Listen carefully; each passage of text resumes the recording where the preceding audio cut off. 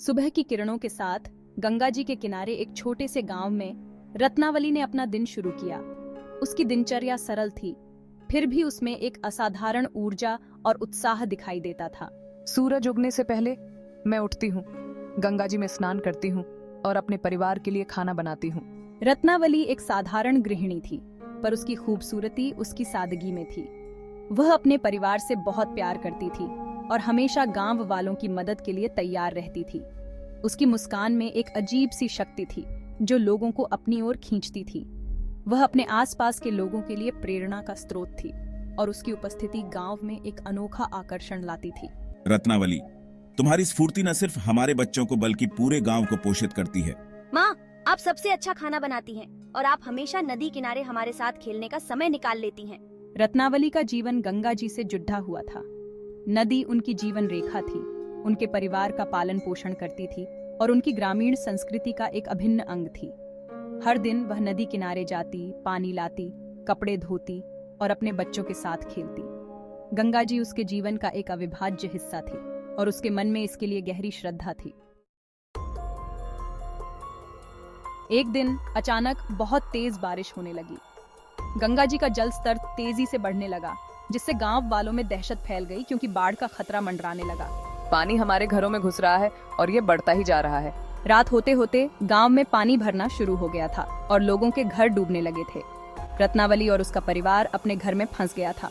मुझे बच्चों और बुजुर्गों को सुरक्षित स्थान पर पहुंचाना होगा, जबकि मैं बाकी ग्रामीणों को सचेत करूंगी और उन्हें ऊंची जगह पर जाने में मदद करूंगी। बिना किसी डर के रत्नावली बाढ़ के पानी में घुस गई और लोगों को आवाज देने लगी, उनका सुरक्षित स्थानों तक मार्गदर्शन करने लगी।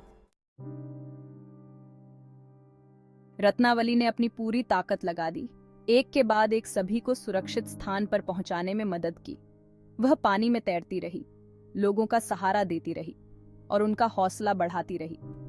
वह जानती थी कि उसकी जान को खतरा है, पर वह अपने साथी ग्रामीणों की जान बचाने के अपने फैसले पर दृढ़ थी।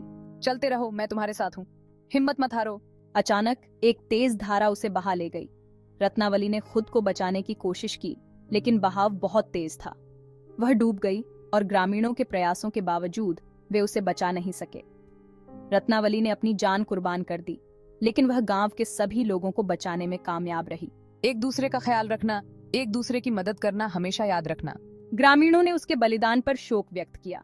उन्होंने एक बहादुर बेटी को खो दिया था, जिसने अपनी जान की परवाह किए बिना उनकी रक्षा की थी। रत्नावली का बलिदान गांव में एक किंवदंती बन गया, जिसने उन्हें सिखाया कि सच्ची वीरता निस्वार्थता और बलिदान में निहित है।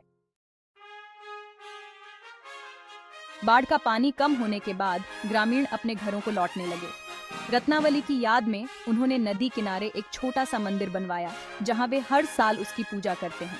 उसकी कहानी पीढ़ियों को प्रेरित करती रहती है। यह साबित करती है कि एक साधारण महिला की बहादुरी और बलिदान उसे असाधारण बना सकते हैं।